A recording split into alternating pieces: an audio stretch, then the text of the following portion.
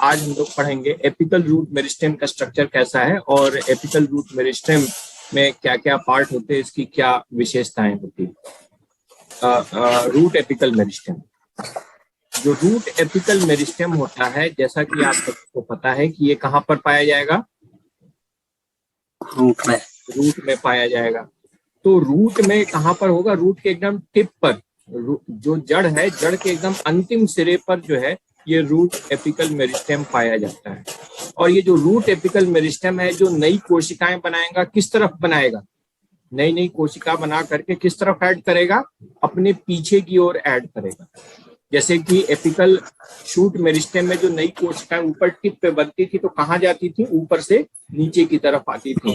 तो वैसे ही root apical meristem में जो कोशिकाएं बनेंगी वो नीचे से ऊपर की तरफ जो है ग्रो करेंगी। लेकिन एक अंतर है एपिकल रूट मेरिस्टेम और एपिकल शूट मेरिस्टेम में, कि जो शूट एपिकल मेरिस्टेम है, जहां पर मेरिस्टेमेटिक टिश्यू की पोजीशन है, यानी कि जहां पर ट्यूनिका लेयर है, ट्यूनिका लेयर के ऊपर कुछ नहीं बनता था, जो भी बनता था वो ट्यूनिका लेयर के नीचे ही नई नई सेल्स का निर्माण होता था। लेकिन रूट एपिकल मेरिस्टेम में ऐसा नहीं होता है। रूट एपिकल मेरिस्टेम में जहां पर की मेरिस्टेमेटिक टिश्यू है रूट का, उसके पीछे भी नई कोशिकाएं ऐड होती हैं और उसके आगे भी नई कोशिकाएं ऐड होती रहती हैं। यानी कि डिस्टल पार्ट पे भी होगा एंड प्रॉक्सिमल पार्ट पर भी जो है नई नई कोशिकाओं का जो है निर्माण होगा और वहां पर वो कोशिकाएं ऐड होती रहती हैं। ठीक है। और इसी वजह से जो रूट एपिकल मेरिस्टेम है वो एकदम टिप पर नहीं होता है, बल्कि टिप के थोड़ा सा पीछे होता है। अभी हम जब डायग्राम देखेंगे तो हम बताएंगे कि जो रूट एपिकल मेरिस्टेम है वो एकदम टिप पर नहीं होता है, बल्कि टिप के पीछे होता है। आप इस डायग्राम को देखिए, ये जो है एपिकल मेरिस्टेम है, ये दिख रहा है, ये रूट का एपिकल मेरिस्टेम। ये क्या है, एएम जो दिखाया जा रहा है, this is the apical meristem of the root.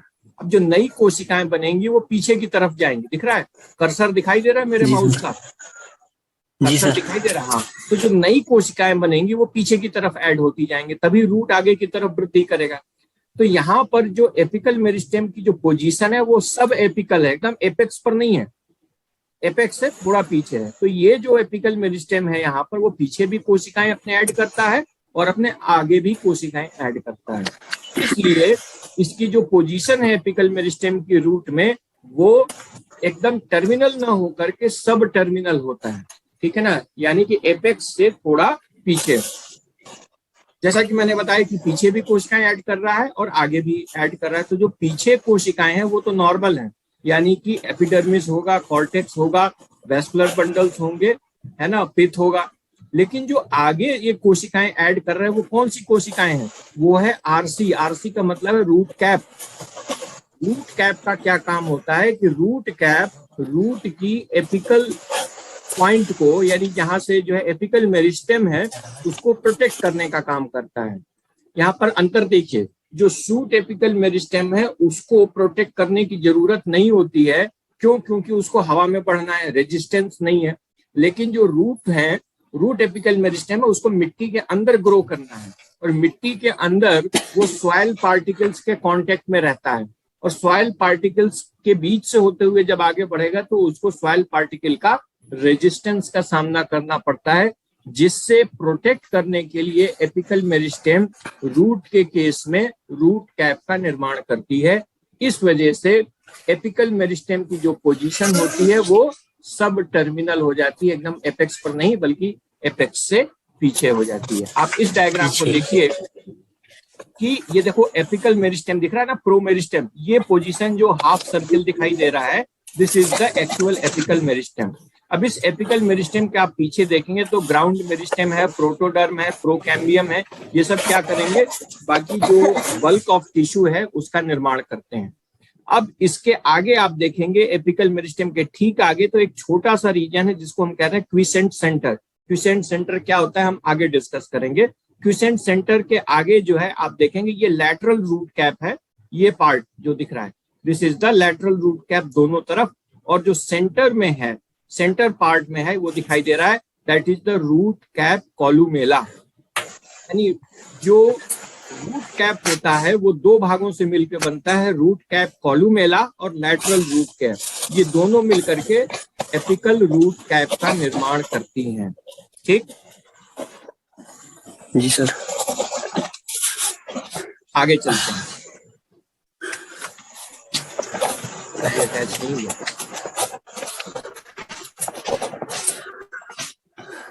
ठीक है। तो इस वजह से जो है ये रूट कैप की जो पोजीशन होती है वो सब टर्मिनल होती है। अब इसके बाद अगर हम देखेंगे कि जहां पर एपिकल मेरिस्टेम है रूट का, इसके पीछे दो स्पेशल जोन होते हैं। एक तो रीजन ऑफ सेल इलोंगेशन, ये दिख रहा है, रीजन ऑफ सेल इलोंगेशन, या इसको हम इलोंगेशन जोन कहते हैं, और दूसरा रीजन ऑफ मैच्यूरेशन, यानी इसको डिफरेंशिएशन जोन भी कहते हैं। ये कहां पर मिलेगा? रूट एपिकल मेरिस्टेम के ठीक पीछे। आइए फिर से इस डायग्राम को देखें। ये देखो, यहाँ पर ये रूट कैप की एपिकल मेरिस्टेम की पोजीशन है जहां पर की सेल्स एक्टिवली डिवाइड करती हैं, ठीक। अब इसके बाद ये ट्रांजिशन जोन, ठीक, ट्रांजिशन जोन के पीछे जो है ये इलोंगेशन जोन है, जहां पर जो कोशिकाएं बनती हैं, जो यंग सेल्स होती हैं, वो जनरली आइसोडाइमेट्रिक होती हैं, उनका लेंथ और विड्थ बराबर होता है। लेकिन इलोंगेशन जोन में जो सेल्स हैं वो लंबाई में वृद्धि करती हैं, ठीक है ना, यानी कि वो अपने अंदर प्रोटोप्लाज्म की मात्रा को बढ़ाती हैं और उनका जो सेल है वो इलोंगेट होता है। सेल्स का जो शेप होता है वो रेक्टेंगुलर, लगभग रेक्टेंगुलर हो जाता है। इलोंगेशन जोन में सेल्स जो है लंबाई में वृद्धि करते हैं, और इलोंगेशन जोन के जो पीछे जोन है उसको बोलते हैं cell of maturation. Maturation zone में इलोंगेशन जोन के पीछे होगा, यानी ये भी डायग्राम में दिखाई नहीं दे रहा है। इलोंगेशन जोन के पीछे जो मैच्यूरेशन जोन होगा, उस मैच्यूरेशन जोन में सेल्स डिफरेंशिएट होती हैं। डिफरेंशिएट होने का मतलब ये है कि जो सेल्स हैं वो जाइलम, फ्लोएम, एपिडर्मिस, कॉर्टेक्स, है ना, और कॉर्टेक्स और पिथ में डिफरेंशिएट होंगे। तो जो सेल का डिफरेंशिएशन होता है वो मैच्यूरेशन जोन में होता है, ठीक। ये कहां पर होगा? इलोंगेशन जोन के भी पीछे, ठीक। इतनी समझ में आ गई बात? जी सर। अब आते हैं, in some root apices the younger less differentiated cells are present near the root apex, whereas the progressively larger and more mature cells are at the greater distance from the apex। यानी ये हमने पहले भी बताया कि जो apex part है, apex part के ठीक जस्ट बाद छोटी छोटी लेस डिफरेंशिएटेड सेल्स होंगे, और उनके पीछे जो है well developed elongated well differentiated cells present होती हैं। The zone of maturation is recognizable by the presence of root hair on the surface। एक बात ध्यान रखिएगा, जो रूट में जो रूट हेयर्स निकलती हैं, सबको पता है रूट में रूट हेयर्स होती हैं, जिसके द्वारा रूट्स जो है वाटर और मिनरल्स को एब्जॉर्ब करता है। एब्जॉर्प्शन किसके द्वारा होता है? रूट हेयर के द्वारा होता है, रूट हेयर, ठीक है ना। तो जो रूट हेयर्स हैं वो रूट हेयर्स कहाँ पर पाई जाएंगी? रूट हेयर्स पाई जाएंगी जोन ऑफ मैच्यूरेशन पर, यानी इलोंगेशन जोन के बाद सबसे टिप पर रूट कैप के बाद apical meristem, root apical meristem, root apical meristem के बाद से zone of cell elongation, zone of cell elongation के बाद जोन ऑफ सेल मैच्यूरेशन। तो जो जोन ऑफ सेल मैच्यूरेशन है वहां पर क्या मिलेगा आपको? वहां से रूट हेयर्स बनना स्टार्ट होती हैं, और वहीं से रूट्स जो है वाटर और मिनरल्स को एब्जॉर्ब करना शुरू कर देता है, ठीक। अब एक थ्योरी आई थी कॉर्पर कैपी की थ्योरी। तो कॉर्पर कैपी की थ्योरी है, इसी को हम लोग जो है बॉडी कैप कॉन्सेप्ट भी कहते हैं। और ये जो कॉन्सेप्ट है 1917 में शुप, एक साइंटिस्ट थे, उन्होंने दी। उन्होंने एपिकल रूट मेरिस्टेम में जो है, जो आपका रूट कैप वाला हिस्सा है, रूट कैप यानी मेरिस्टेम से आगे वाला जो हिस्सा है, आप इस डायग्राम को देखिए तो ये जो जोन दिखाई दे रहा है, ये वाला हिस्सा, this is the apical meristem. अब एपिकल मेरिस्टेम के आगे ये जो दिख रहा है ये एपिकल मेरिस्टेम, इसके नीचे की तरफ ये जो पार्ट दिखाई दे रहा है, ये वाला हिस्सा, this is the root cap zone. Root cap zone भी दो भागों में बटा था, सेंट्रल कॉलुमेला और लैटरल रूट कैप। तो ये देखिए सेंट्रल कॉलुमेला है, और ये जो है दोनों ओर, सेंट्रल कॉलुमेला के दोनों ओर ये लैटरल रूट कैप्स हैं, ठीक। शुप ने क्या बताया कि शुप ने बताया कि जब उन्होंने जो है एपिकल रूट मेरिस्टेम के आगे स्थित जो रूट कैप्स हैं उनका सेल डिवीजन का अध्ययन किया, उन्होंने बताया कि जो रूट कैप डिवीजन है उसमें सेल डिवीजन स्पेशल टाइप का सेल डिवीजन होता है, जिसको वो उन्होंने कहा T cell division. T cell division यानी कि जैसा सेल डिवीजन टी के निर्माण के मतलब सेल डिवीजन के बाद जो सेल का स्ट्रक्चर होता है वो टी शेप दिखाई देता है। A meristematic cell divides transversely followed by a longitudinal division in one of the daughter cell। अब इस डायग्राम को देखिए, यहाँ पर ये मदर सेल है। मदर सेल में जो पहला डिवीजन हुआ कैसा हुआ? ट्रांसवर्स डिवीजन हुआ, 2 डॉटर सेल्स बन गई, ठीक है ना, 2 डॉटर सेल्स बन गई, ठीक। अब जो 2 डॉटर सेल बनी, इसमें जब नेक्स्ट सेल डिवीजन होता है तो इसमें दोनों में से केवल एक डॉटर सेल में फिर फर्दर डिवीजन होता है, और जो दूसरा डिवीजन होता है वो वर्टिकल डिवीजन हुआ। कैसा डिवीजन हुआ? वर्टिकल। एक मदर सेल से 2 डॉटर सेल। फिर जो फर्दर डिवीजन हुआ वो दोनों में ना होकर के केवल एक डॉटर सेल में होता है, वो वर्टिकल होता है। नतीजा इसका आप शेप देखिए तो कैसा दिखाई देगा? टी शेप दिखाई देगा, दिख रहा है ना, उल्टा टी। जी सर। है ना, ये एक डंडा और एक इसके ऊपर सेंटर से डंडा, तो कैसा दिख रहा है? उल्टा टी जैसा बना हो। इसको बोलते हैं इन्वर्टेड टी शेप डिवीजन, ठीक। जो इन्वर्टेड टी शेप डिवीजन होता है ये कहाँ मिलता है? It gives rise to the tissue apex except the root cap. Root cap को छोड़ करके बाकी जो एपिकल रूट मेरिस्टेम में डिवीजन होता है वो इन्वर्टेड टी शेप होता है। समझ में आ गया? यानी रूट कैप तो सबसे अगला हिस्सा है रूट का, उसको छोड़ करके बाकी जो डिवीजन होता है एपिकल रूट मेरिस्टेम में वो इन्वर्टेड टी शेप होता है, उल्टे टी के आकार का।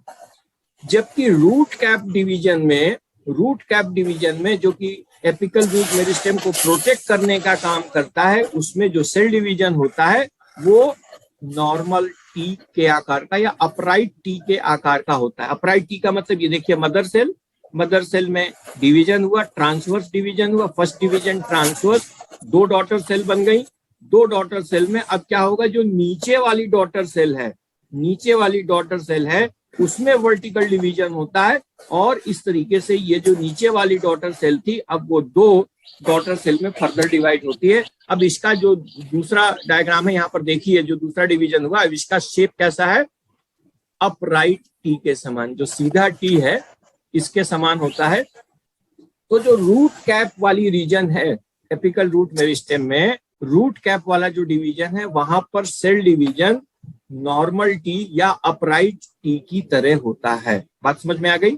जैसे कि हम इस डायग्राम में देखें तो ये जो डायग्राम दिख रहा है ना, ये एपिकल रूट मेरिस्टेम है। अब एपिकल रूट मेरिस्टेम में ऊपर की तरफ क्या है? नॉर्मल सेल डिवीजन होता है। अब ये देखिए यहाँ पर जो सेल डिवीजन है कैसा है? इन्वर्टेड टी की तरह दिख रहा है। यहाँ पर कैसा है सेल डिवीजन? इन्वर्टेड टी की तरफ। और नीचे जो है, नीचे की तरफ आप देखेंगे जो रूट कैप डिवीजन है ये नॉर्मल टी की तरह डिवीजन है, दिखाई दे रहा है? नॉर्मल टी की तरह जैसा इसमें डिवीजन दिखाई दे रहा है। तो इसी को हम लोग बोलते हैं कॉर्पर कैपे थ्योरी। ये जो है शुप ने दिया था, ठीक है ना। ये थ्योरी किसने दिया था? शुप ने दिया।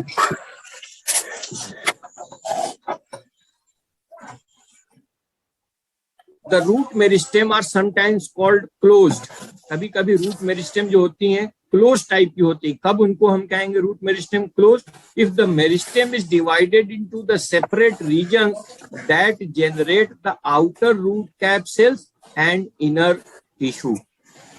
क्लोज टाइप का कब होगा? जब जो मेरिस्टेम है वो सेपरेट रीजन्स में डिवाइड हो जाए, अलग अलग रीजन्स में डिवाइड हो जाए, और वो जो है आउटर रूट कैप और इनर टिश्यू का निर्माण करती हैं। तो ऐसे रूट मेरिस्टेम को हम लोग क्लोज टाइप कहते हैं। In these cases there is a discrete region of the meristem producing either root cap cells alone और द एपिडर्मल सेल्स। यानी कि जो क्लोज टाइप का एपिकल रूट मेरिस्टेम होता है उसमें अलग अलग निश्चित रीजन होते हैं, जिसमें से कुछ रीजन केवल रूट कैप सेल्स का निर्माण करेंगे और कुछ रीजन केवल एपिडर्मल सेल्स का निर्माण करेंगी। मेनी मोनोकोटिलेडन्स यानी बहुत से जो मोनोकॉट प्लांट्स हैं, for example grasses, they possess closed meristem. उसमें जो मेरिस्टेम किस टाइप का होता है? क्लोज्ड होता है। In which the meristem originates cap cells separate from the epidermis. इसका मतलब ये हुआ कि मेरिस्टेमेटिक रीजन में कुछ सेल्स ऐसी होती हैं, मेरिस्टेमेटिक सेल्स ऐसी होती हैं जो केवल रूट कैप का निर्माण करती हैं, बाकी एपिडर्मिस का निर्माण नहीं करती हैं, और वो एपिडर्मिस के निर्माण करने वाली सेल से भिन्न होती हैं. That differentiates from the outer layer of the differentiating cortical layer. And closed meristem, अब ओपन है तो क्लोज्ड भी होगा, है ना. A open meristem, on the other hand, occurs when the meristem is not separated into the distinct zone. जब meristem जो है डिफरेंशिएटेड जोन्स में नहीं होता है, यानी कि यहां पर ओपन मेरिस्टेम के केस में जो रूट कैप बनाने वाली सेल्स हैं और जो एपिडर्मिस और बाकी सेल्स का निर्माण करने वाली सेल्स हैं वो सेम होती हैं, ठीक है, यानी अलग अलग डिफरेंशिएशन नहीं होता. In case of ferns and equisetum all the tissues are derived from a single apical cell. These plants usually have the same structure in both root and shoot. यानी जो लोअर प्लांट्स हैं, ferns हैं, इक्विसिटम्स हैं, उनमें जो apical root meristem होता है वो ओपन टाइप का होता है, जिसमें कि जोनेशन यानी अलग अलग रीजन में डिफरेंशिएशन रूट मेरिस्टेम का नहीं होता है, जैसा कि क्लोज टाइप में होता था. ठीक है जी सर. इस डायग्राम को हम लोग देखते हैं. ये देखिए, इक्विसिटम के केस में देखिए एक सिंगल एपिकल सेल है, यही single apical cell root cap का निर्माण कर रही है और यही single apical cell cortex pericycle epidermis का निर्माण कर रही है. ठीक, जबकि नीचे वाले में पाइसिया जिम्नोस्पर्म्स है, इस केस में रूट कैप का निर्माण करने वाली जो एपिकल रूट मेरिस्टेम है वो अलग होती हैं और पेरिसाइकिल, कॉर्टेक्स और एपिडर्मिस का निर्माण करने वाली जो एपिकल रूट मेरिस्टेम है वो सेल्स अलग होती हैं. यानी कि जो एपिकल रूट मेरिस्टेम की सेल रूट कैप का निर्माण करेगी वो बाकी टिश्यू का निर्माण करेंगी नहीं करेंगी, और जो बाकी टिश्यू हैं, बाकी टिश्यू का निर्माण करती हैं रूट एपिकल मेरिस्टेम की सेल्स, वो जो है रूट कैप का निर्माण नहीं करेंगी. यानी कि अगर टिश्यू डिफरेंशिएशन हो रहा है एपिकल रूट मेरिस्टेम में, तो इस तरह का apical root meristem close type का होगा और ये एडवांस मेंबर्स में पाया जाता है, जबकि ओपन टाइप में डिफरेंशिएशन, टिश्यू डिफरेंशिएशन नहीं पाया जाता है. ठीक, इतनी बात समझ में आ गई. जी सर. Next, quiescent centre. जैसा हमने आपको बताया था कि क्विसेंट सेंटर हम आगे बताएंगे. क्विसेंट सेंटर, क्विसेंट का मतलब होता है शांत, सेंटर मतलब क्षेत्र, शांत क्षेत्र. The concept of the quiescent center refers to a hemispherically shaped aggregation of mitotically and metabolically inactive cells. खास बात क्या है कि ये जो रूट एपिकल मेरिस्टेम की सेल है, इसके आगे एक metabolically and mitotically inactive cells का जोन होता है. यानी कि जो क्विसेंट सेंटर की सेल्स होती हैं वो मेटाबोलिकली और माइटोटिकली इनएक्टिव होती हैं. इनएक्टिव का मतलब कि एपिकल रूट मेरिस्टेम का वो क्षेत्र जहां पर सेल डिवीजन स्लो होता है. इनएक्टिव का मतलब जहां पर माइटोटिक सेल डिवीजन कम होता है या स्लो होता है. Metabolically inactive also. दूसरा क्या होता है कि उसमें जो मेटाबॉलिक एक्टिविटी जो होती है वो बाकी आसपास की तुलना में कम होती है. क्यों? आप ये देखिएगा, जो मेरिस्टेमेटिक सेल होती है वो मेटाबॉलिकली हाइपर एक्टिव होती हैं. क्यों? क्योंकि उन्हें नई सेल्स का निर्माण करना है, लगातार सेल डिवीजन करना है, तो वो प्रोटीन सिंथेसिस लगातार करती रहेंगी, डिफरेंट एंजाइम्स का सिंथेसिस करती रहेंगी, है ना, कार्बोहाइड्रेट का सिंथेसिस करेंगी ताकि नई सेल बन सके, फिर अपने प्रोटोप्लाज्म का नया सिंथेसिस करते रहेंगे ताकि जो सेल डिवाइड होकर डॉटर सेल्स बनेंगी उसमें प्रोटोप्लाज्म का आधा आधा या बराबर बराबर वितरण किया जा सके. तो इस वजह से जो मेरिस्टेमेटिक सेल्स है वो मेटाबॉलिकली हाइपर एक्टिव होती हैं, प्लस ये लगातार सेल डिवीजन करती रहती हैं, तो उसमें माइटोसिस भी बड़ी फास्ट होती है. लेकिन उसी क्षेत्र में जहां पर कि ये एपिकल रूट मेरिस्टेम है, वहां पर ये एपिकल रूट मेरिस्टेम्स क्या करती हैं, वहां पर कुछ रीजन, कुछ सेल्स ऐसे होते हैं जो एक्टिव नहीं होते हैं, स्लो होते हैं, उनको क्विसेंट सेंटर कहते हैं. और इनकी पोजीशन कहाँ होती है? They are positioned just behind the root cap. Root cap के ठीक पीछे क्विसेंट सेंटर की सेल्स होती हैं.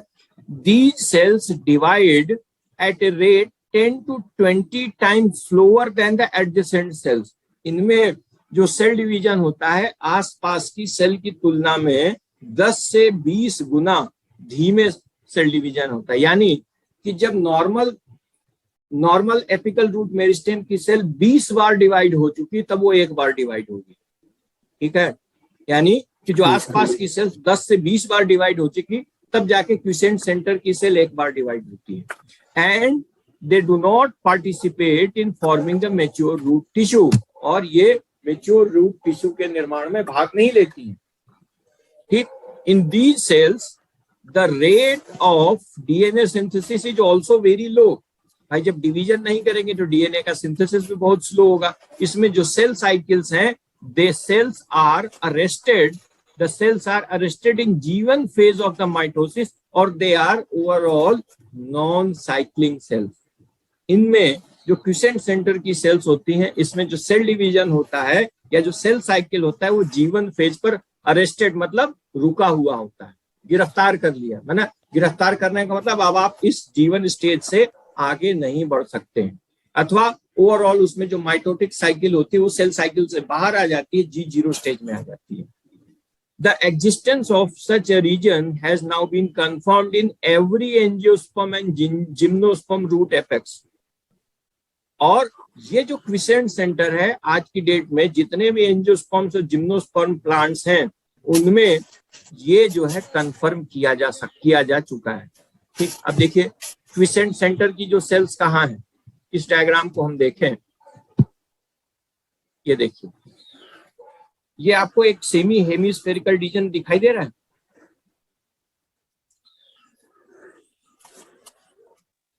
यहां पर ये क्विसेंट सेंटर दिखाई दे रहा है, ये जहां पर मैं माउस दिखा रहा हूं, ये जो हाफ हेमिस्फेरिकल रीजन है, this is the quiescent centre cell and it is just behind the apical root meristem, ठीक पीछे होता है। ठीक है, और यहाँ पर जो सेल डिवीजन है बहुत ही स्लो होता है, मेटाबॉलिकली और माइटोटिकली हाईली इनएक्टिव सेल्स, और ये लगभग सारे जिम्नोस्पर्म्स की और एंजियोस्पर्म्स की सेल्स में इनके अस्तित्व को पाया गया है। ठीक, the root promeristem refers to the highly meristematic cells on the distal and proximal surface of the quiescent zone that gives rise to the mature root cap, epidermis, cortex and stele। और इनके आसपास की जो cells होती हैं, quiescent centre के आसपास की जो सेल्स होती हैं, दे आर हाईली मेरिस्टेमेटिक, यानी उनमें सेल डिवीजन काफी तेजी से होता है, और वही सेल्स जो है वो रूट कैप, एपिडर्मिस, कॉर्टेक्स और स्टील का निर्माण करती हैं। Initials on the distal side of the quiescent center cell give rise to the columella portion of the root cap।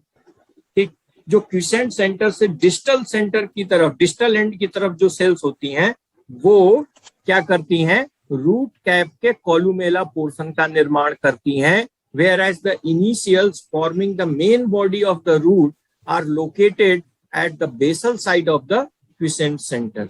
जबकि जो मेन बॉडी होती है रूट की, वो बनाने वाली जो सेल्स होती हैं, they are located on the basal side of the quiescent centre. Quiescent centre के नीचे की तरफ जो सेल्स होती हैं वो मेन रूट बनाएंगी, और उसके जो एपिकल एंड पर जो सेल्स होती हैं वो रूट कैप का निर्माण करती हैं। फॉर एग्जाम्पल इस डायग्राम को देखें तो ये जो है, ये जो क्विसेंट सेंटर है, ये क्विसेंट सेंटर है। इस क्विसेंट सेंटर के पीछे जो सेल्स होंगी वो प्रॉपर रूट का निर्माण करेंगे, और किस क्विसेंट सेंटर के आगे जो मेरिस्टेमेटिक सेल्स हैं वो रूट कैप का निर्माण करेंगी।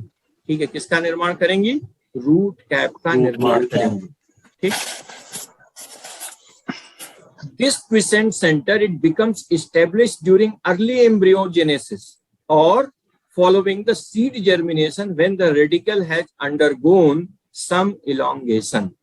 इनका निर्माण कब हो जाता है, अर्ली एम्ब्रियोनिक कंडीशन में, जैसे ही सीड जर्मिनेट करता है और रेडिकल का निर्माण होता है, और थोड़ा सा रेडिकल जब लंबा हो जाता है, यानी बीज के अंकुरण के समय जब मूलांकुर का निर्माण होता है और मूलांकुर थोड़ा सा लंबा हो जाता है, जब चना या कोई भी सीड आपने देखा थोड़ा सा जब अंकुरण उसमें हो जाता है, उसके तुरंत बाद इसमें क्विसेंट सेंटर का निर्माण हो जाता है, और ये क्विसेंट सेंटर सेल डिवीजन को स्लो करने का काम करता है। The boundaries of the quiescent zone are clearly defined by the root cap at the distal side, but are ill defined on the proximal side. Proximal side मतलब आगे की तरफ जो क्विसेंट सेंटर की जो बाउंड्री है वो इल डिफाइंड होती है, ठीक है ना। फॉर एग्जांपल ये डायग्राम देखिए, अब यहाँ पर जो क्विसेंट सेंटर के आगे की तरफ की जो सेल्स होती हैं वो इल डिफाइंड है, प्रॉक्सिमल एंड। डिस्टल एंड यानी पीछे की तरफ जो क्विसेंट सेंटर की सेल्स होती हैं they are very well defined. The size of the zone is generally proportional to the size of the root apex. कितने जोन में फैली रहती है, इनका साइज कितना बड़ा होता है, तो जितना बड़ा रूट एपेक्स का साइज होता है लगभग उतना ही बड़ा इनका क्विसेंट सेंटर की सेल्स का साइज होता है। Estimates of the number of the cells composing the quiescent center range from as few as 2 to 4 in Electra, Striga and Arabidopsis to over 1,000 cells in very large species like in very large apices such as the Giamese. Quiescent centres में कितनी sales होती हैं, तो कुछ species हैं जैसे Electra है या स्ट्राइगा है या अरेबिडोप्सिस है। इन प्लांट्स में जो क्विसेंट सेंटर की जो सेल्स होती है उनकी संख्या 2 से 4 होती है, जबकि ऐसे प्लांट्स जिनमें कि काफी बड़ा एपाइसिस पाया जाता है यानी कि एपिकल रूट्स का साइज काफी बड़ा होता है, वहां पर लगभग 1000 या उससे ज्यादा जो है सेल्स हो सकती हैं क्विसेंट सेंटर में, ठीक है ना। यानी क्विसेंट सेंटर में कुछ लार्ज स्पीसीज जैसे कि जिया मेज में 1000 या उससे ज्यादा सेल्स हो सकती हैं, जबकि कुछ और जो स्पीसीज हैं उसमें जो क्विसेंट सेंटर्स हैं उसमें संख्या 2 से 4 भी हो सकती है। यानी 2-4 सेल से लेकर के लगभग 1000 या उससे ज्यादा कोशिकाओं की संख्या उसमें हो सकती है, ठीक। When the quiescent centers are large, this is usually not the case. A dramatic ontogenetic cases can occur in this region. इस रीजन में बड़ा अजीब सा सेल का जो है बिहेवियर होता है, as evidenced by the fact that it can become expanded during the root growth after the cortical and central cylinder initials and their immediate derivatives become quiescent. यानी इनका जो क्विसेंट सेंटर का जो सेल्स है इसका जो बिहेवियर है वो बड़ा ड्रामेटिक हो सकता है, बड़ा अजीब टाइप का हो सकता है। आप ये देखिए यहाँ पर स्पष्ट दिखाई दे रहा है क्विसेंट सेंटर की सेल्स, ठीक है। पीछे की तरफ प्रॉपर रूट बनेगा, आगे की तरफ जो रूट कैप का निर्माण करेंगे, और ये जो रीजन दिखाई दे रहा है जो ब्लैक हल्का सा जो डार्क कलर का रीजन दिखाई दे, these are the quiescent centres. इनमें जो सेल डिवीजन की जो कैपेसिटी होती है बाकी एडजेसेंट सेल्स की तुलना में 10 से 20 गुना कम होती है, ठीक है ना। और बड़ा इरेटिक बिहेवियर होता है इसमें, कभी डिवीजन शुरू भी होता है, कभी कभी अचानक से डिवीजन इसमें शांत भी हो जाता है।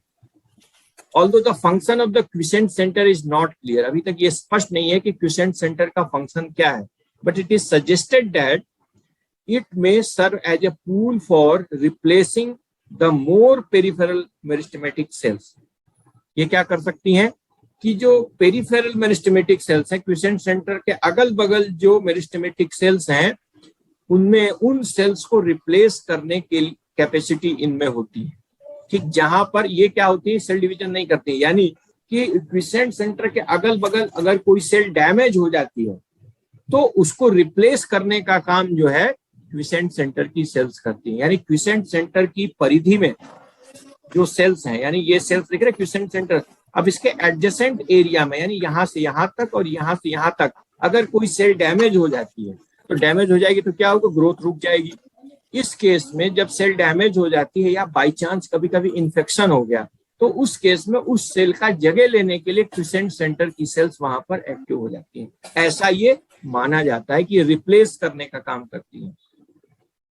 ऐसा ये भी माना जाता है, सेकेंड पॉइंट में अगर हम देखें तो it may be necessary for the root to maintain its geometric integrity. Root का जो जियोमेट्रिक इंटीग्रिटी है यानी इसका जो शेप है, हर एक रूट का एक जो आकार होता है ना, जैसे कोई टैप रूट है, कोई एडवेंटिसस रूट है, कोई फाइब्रस रूट है, हर एक हर एक प्लांट का जो रूट की मॉर्फोलॉजी होगी वो एक दूसरे से भिन्न होती है, तो उसकी जो मॉर्फोलॉजी है, जियोमेट्री है, उसको मेंटेन करने का काम जो है ये आपका करती हैं कौन, क्विसेंट सेंटर की cells. It may function as a source और sink for metabolites and growth regulators, specifically the cytokinins. ऐसा ही माना जाता है कि ये एक प्लांट हार्मोन है cytokinin, which is responsible for cell division. Cytokinin and other growth regulators, for example auxin is essential for cell division और रूट सेल फॉर्मेशन। तो ऑक्सिन, साइटोकाइनिन और दूसरे मेटाबोलाइट्स के लिए ये सोर्स अथवा सिंक का काम, सोर्स और सिंक का काम मतलब यहीं पर जो है इन ग्रोथ रेगुलेटर्स और मेटाबोलाइट्स की सिंथेसिस होती है। ठीक, the recent evidence indicate that the cells in the quiescent centre normally function in maintaining the surrounding initials in an undifferentiated state। ऐसा ये माना जाता है कि जो क्विसेंट सेंटर की सेल्स होती हैं, जो उनके चारों ओर की सेल्स होती हैं, उन सेल्स को अनडिफरेंशिएटेड स्टेट में बनाए रखने का काम करती है। मतलब जो क्विसेंट सेंटर के आसपास की सेल्स हैं, दे आर अनडिफरेंशिएटेड, मतलब न वो कॉर्टेक्स है, न वो जाइलम है, न वो फ्लोएम है, न वो स्टील की कोई सेल्स है, न एपिडर्मिस है, यानी दे आर अनडिफरेंशिएटेड सेल्स। उसमें अभी मतलब डिफरेंशिएशन नहीं हो पाया। क्यों नहीं हो पाया? Because of the presence of the quiescent centre. ये अपने आसपास की सेल्स को डिफरेंशिएट होने से रोकती हैं, ताकि इनका जो प्राइमरी फंक्शन है सेल डिवीजन करना, वो मेंटेन रहे। क्यों? क्योंकि अगर ये सेल डिफरेंशिएट हो जाएंगी तो उनका जो मुख्य काम है सेल डिवीजन करना, वो फिर रुक जाएगा या वो प्रोसेस स्लो हो जाएगी। इसलिए क्विसेंट सेंटर क्या करता है कि अपनी आसपास की सेल्स को डिफरेंशिएट होने में, दूसरे टिश्यू में डिफरेंशिएट होने में रोकता है।